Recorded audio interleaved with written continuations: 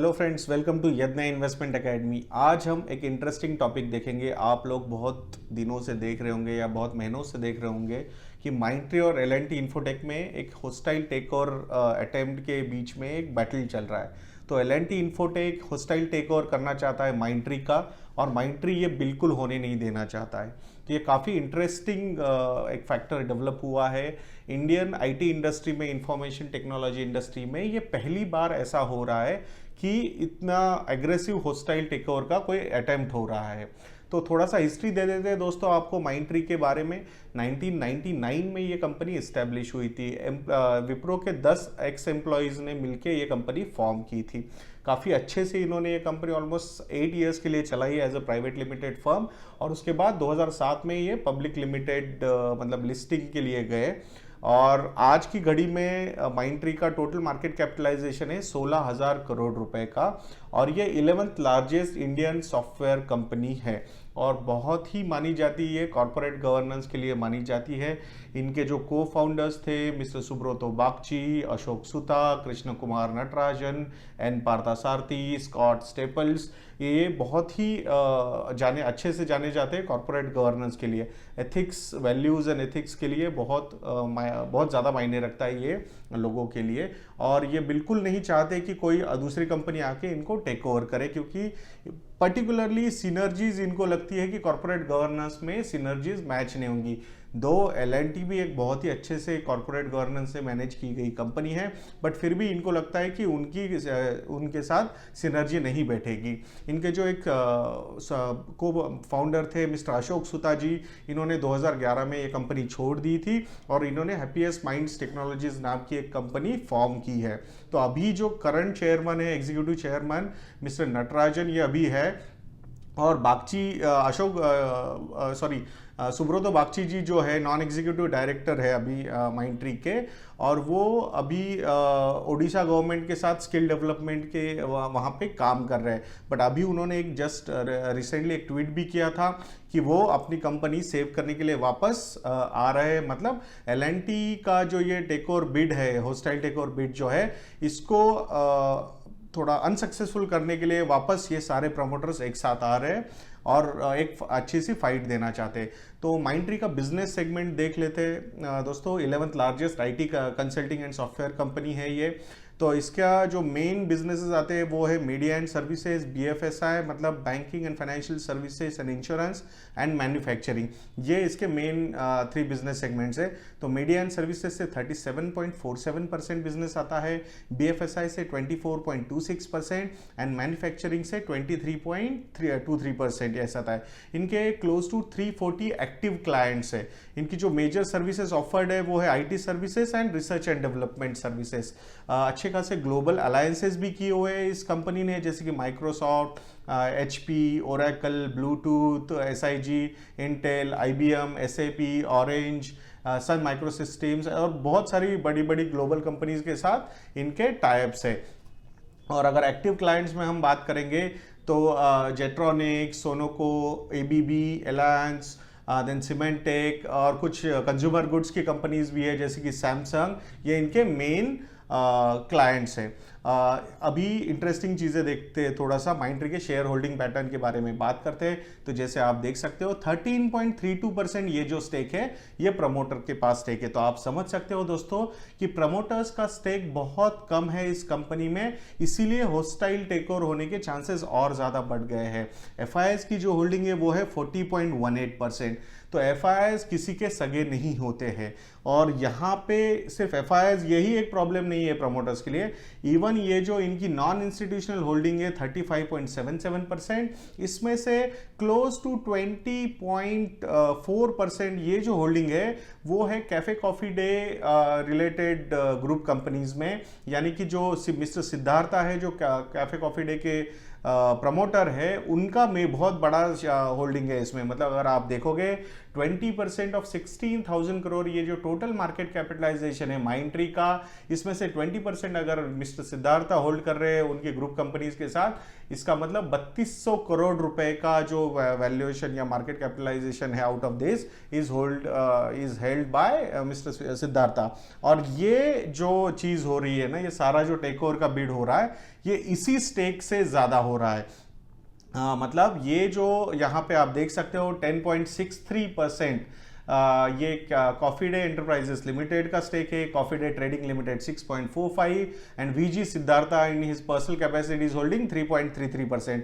तो ऐसा टोटल मिला के 20.41% of Mindtree's holding is with Mr Siddhartha controlled companies. तो ये जो है यहीं से सारा शुरू हुआ है। L&T इन्फोटेक यहीं पे बाइंग करना चाहता है, ये 20% पहले ये स्टेक बाय कर रहे हैं और उसके बाद एडिशनल 31% जो उनको चाहिए, क्योंकि 51% होने के बाद ही ये कंपनी पूरी उनकी कंट्रोल में आएगी। तो अभी ये ₹981 पर शेयर का ऑफर दे रहे हैं, यानी कि 16,000 करोड़ 16,150 करोड़ रुपीस का वैल्यूएशन किया है अभी L&T ने इस कंपनी का, और 250 करोड़ 16,250 करोड़, और ये 51% स्टेक लेना चाहते हैं इसमें।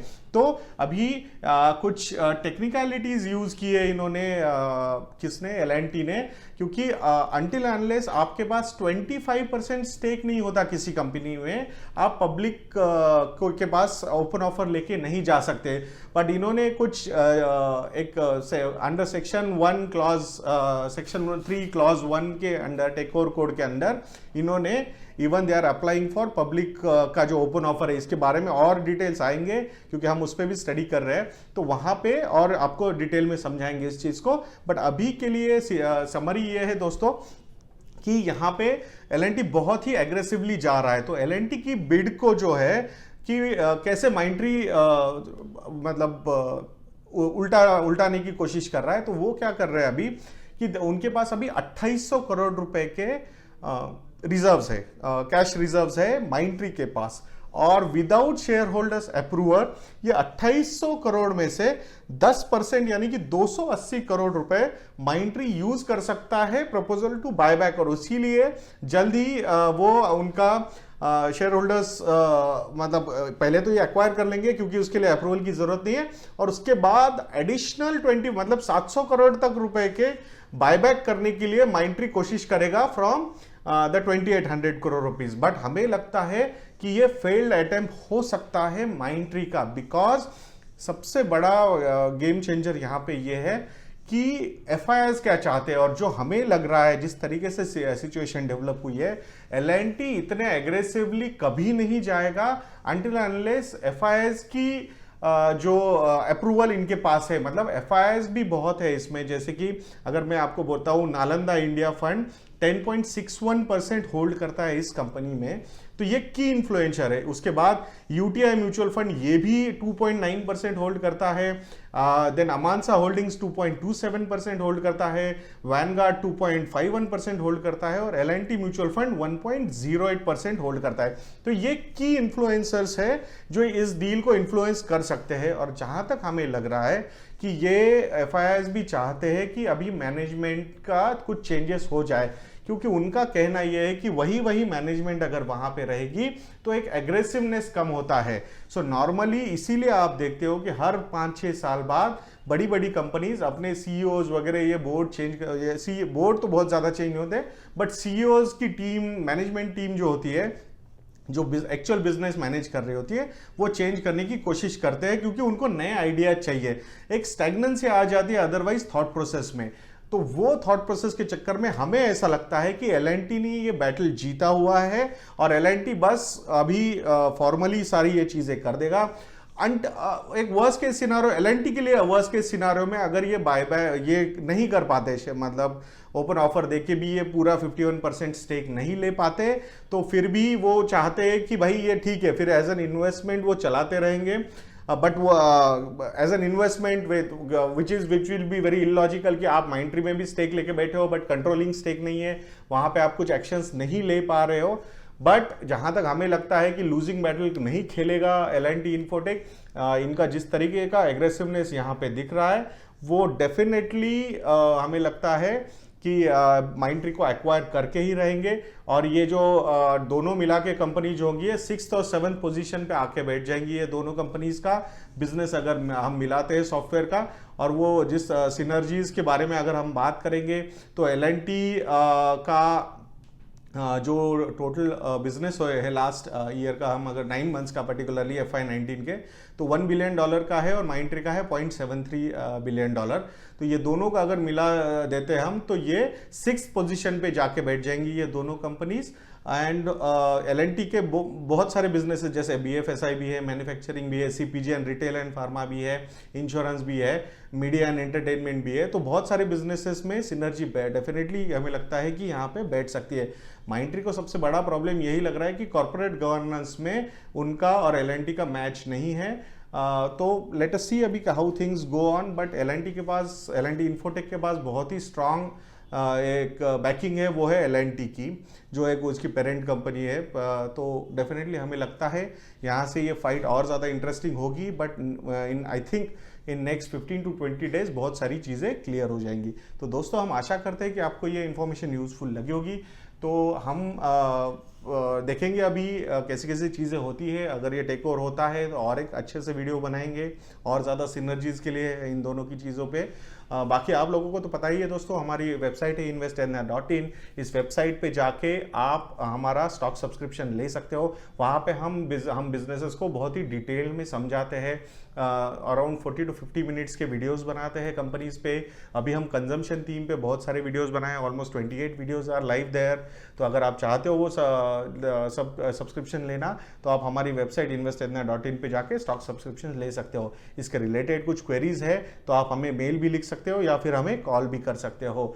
और अगर आप चाहते हो कि आप हमारी YouTube मेंबरशिप ज्वाइन करना चाहते हो, तो हम जो महीने के 5 वीडियोस अपलोड करते हैं फॉर स्टॉक सब्सक्रिप्शंस, तो वो यहाँ पे भी वो वीडियो ज्वाइन का बटन क्लिक करके आप ज्वाइन करके मंथली मेंबरशिप ले सकते हो। बाकी नेक्स्ट वीडियो तक के लिए मुझे आज्ञा दीजिए दोस्तों। जय हिंद।